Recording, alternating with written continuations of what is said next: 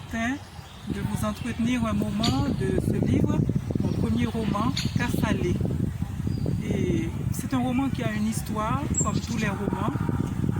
Et sa première version est parue en Haïti en 2003.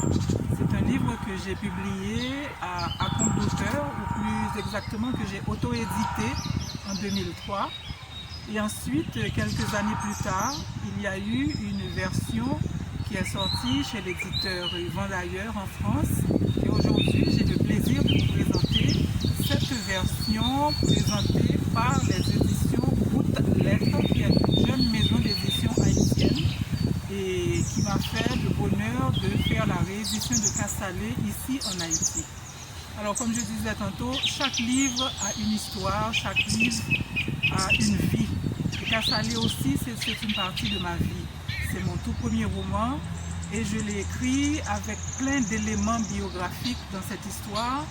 Et c'est même la raison qui fait que je l'ai écrite, cette histoire, c'est parce que je voulais garder la fraîcheur, je voulais garder ce moment de ma vie, de mon cheminement, non seulement d'écrivain, mais mon cheminement d'haïtienne, de citoyenne, de patriote à la découverte des réalités, des vérités, de la spiritualité de son pays. Et bien, comme on dit en anglais, to make a long story short, Kassalé est venu pour moi d'une quête spirituelle que j'ai faite, donc il y a près d'une vingtaine d'années, où j'ai ressenti à un certain moment de ma vie le besoin de mieux me connaître, et cette connaissance, je sentais qu'elle passait par la découverte de ma spiritualité vraie, pas celle que j'ai reçue, qui m'a été donnée sans que j'ai eu à faire un choix.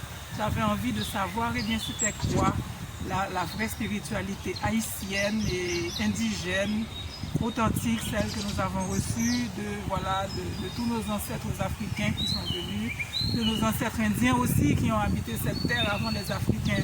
Donc j'étais dans un moment de ma vie où c'était essentiel pour moi de faire cette quête.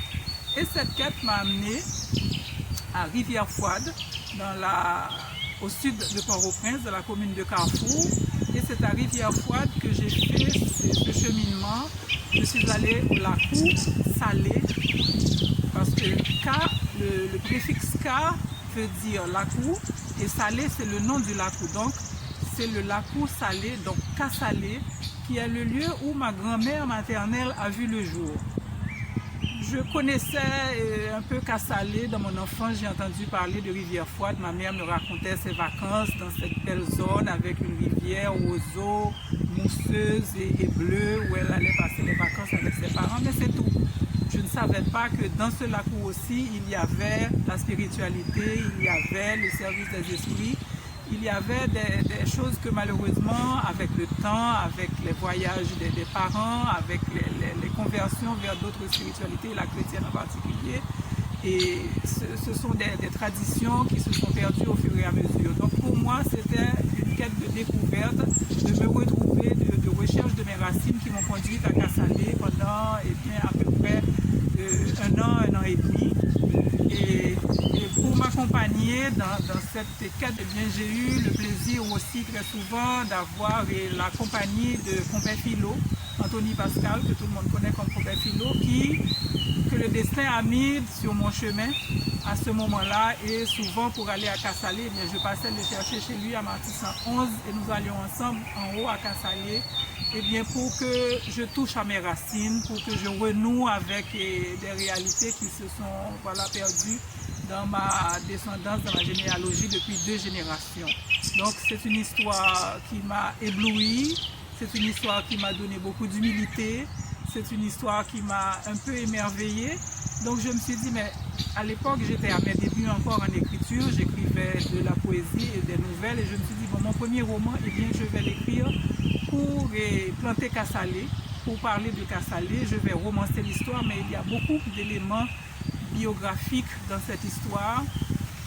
Et c'est ainsi que je me suis dit, pour garder cette fraîcheur-là, pour garder ces souvenirs, et je vais mettre tout ça dans une histoire et tout ça dans un réalisme merveilleux.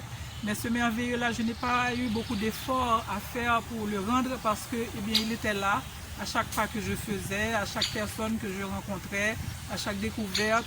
Eh bien, Kassalé, c'était ça pour moi, et renouer avec mes liens familiaux, relier des liens avec mes traditions ancestrales.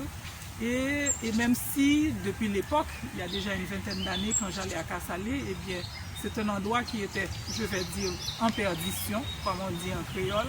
C'est-à-dire que toute la famille était déjà partie, il n'y avait que quelques personnes qui étaient encore là, qui se souvenaient de moi, de ma famille, de ma grand-mère maternelle qui était née et qui ont pu me dire oui, eh bien c'est notre Lacour, c'est là que nos esprits se baladent, c'est là qu'il y a beaucoup de pouvoir et il y a beaucoup de force pour nous dans la famille. Donc j'ai eu le temps de toucher à ça parce que eh bien, les personnes sont parties, ces lieux ont été investis par des gens, un peu bidonvillisés. La rivière elle-même, eh bien, elle est presque, elle n'est plus qu'un souvenir par l'érosion, par voilà, les dégâts qui sont faits dans l'environnement. Donc, je me suis dit, eh bien, c'est dans un roman que je dois conserver encore ce qui restait de beauté, ce qui restait de fraîcheur, ce qui restait d'histoire à Kassalé. Donc, je suis extrêmement heureuse qu'il y ait une nouvelle édition qui soit disponible parce qu'on ne le trouvait plus, ce livre, et il était beaucoup demandé par des lecteurs. Et je dois dire que depuis 2003, quand ce livre est sorti, eh bien, j'ai eu des réactions extrêmement positives. J'ai eu des gens qui sont venus à moi, jusque chez moi, me dire, eh bien, parle-moi de cette expérience, parle-moi de Kassalé, parce que moi aussi, j'ai fait une expérience similaire, ou bien j'aimerais faire une expérience similaire, ou bien moi aussi, je suis en contradiction avec ma famille, parce que je sens un appel vers cette spiritualité, mais j'ai des réserves, j'ai des peurs. Donc, ces gens se sont spontanément confiés à moi pour, voilà, partager cette expérience que j'avais vécue et que j'ai rendue dans ce roman. Et même à l'étranger, il m'est arrivé d'être en tournée littéraire et de parler de Kassalé et de parler de la spiritualité vaudou, ce que je ne manque jamais de faire, quel que soit le lieu et le pays étranger où je me trouve. Et bien, j'ai eu des réactions extrêmement positives et aussi, à des fois, après les lectures, après les conférences, eh bien, des gens sont venus, des Africains, parfois partager aussi leur expérience. Et j'ai été étonnée de voir que, eh bien, certains d'entre eux vivent les mêmes problèmes que nous, ils ont les mêmes conflits d'héritage spirituel, ils ont les mêmes besoins de se connecter à leur réalité profonde et que, eh bien, la modernité, les questions de famille, l'agressivité chrétienne dans laquelle ils vivent ou ont vécu, ou dans laquelle leurs familles se sont versées, eh bien, ont coupé les connexions avec ces choses-là, et donc ils ont été très heureux et bien, de voir que en Haïti aussi, qui est supposé être le bastion du vaudou, et bien, nous avons beaucoup d'ambiguïté, beaucoup d'ambivalence, beaucoup de tension même dans la cohabitation des spiritualités en Haïti. Donc c'est pourquoi moi je dis que voilà, et écrire Kassalé pour moi c'était une façon et bien, de marquer tout ça, de marquer mon choix aussi, de tourner vers les Guinéens, comme on dit, vers cette spiritualité qui était bien ancrée dans ma famille à un certain moment, mais que le temps a rompu. Bon, moi je ne peux pas dire que je suis une pratiquante totale qui connaît tous les rituels, qui connaît toutes les célébrations, voilà. Mais quelque part en moi, je sens que je suis connectée, je suis vaudou, je suis guinéen, et cette connaissance-là me donne beaucoup de force, même si je n'ai pas l'opportunité, je n'ai pas reçu un legs d'un parent ou d'une famille de cette spiritualité-là. Mais je me rappelle que Philo me disait, eh bien, il faut rester dans ta famille, il faut rester dans tes croyances à toi, parce que pourquoi le vaudou aussi, il faut le dire, il faut le reconnaître, est vraiment galvaudé, vraiment utilisé des fois à des fins commerciales, à des fins de pouvoir, à des fins politiques, à des fins même diaboliques. Et il ne faut pas faire d'amalgame, il ne faut pas confondre, parce qu'il y a une vraie spiritualité familiale vaudou qui est aussi légitime, aussi propre, aussi belle que n'importe quelle autre spiritualité sur la terre. Et c'est à nous de rechercher ces aspects-là. C'est à nous de savoir ce qui nous pousse vraiment. Sommes-nous authentiques? Sommes-nous vrais? Est-ce que c'est quelque chose que son bagage n'a fait rien que pour dire que nous à la mode? Parce que ça fait joli devant les étrangers ou devant les Haïtiens de dire je suis vaudou? Non. C'est quelque chose, c'est un besoin qu'on doit sentir. C'est voilà, une pulsion qui doit nous interpeller et qui doit nous faire marcher dans cette direction-là. Parce que moi je dis que quelle que soit la spiritualité vers laquelle on se tourne, c'est qu'est-ce qu'il y a comme motivation derrière cette spiritualité?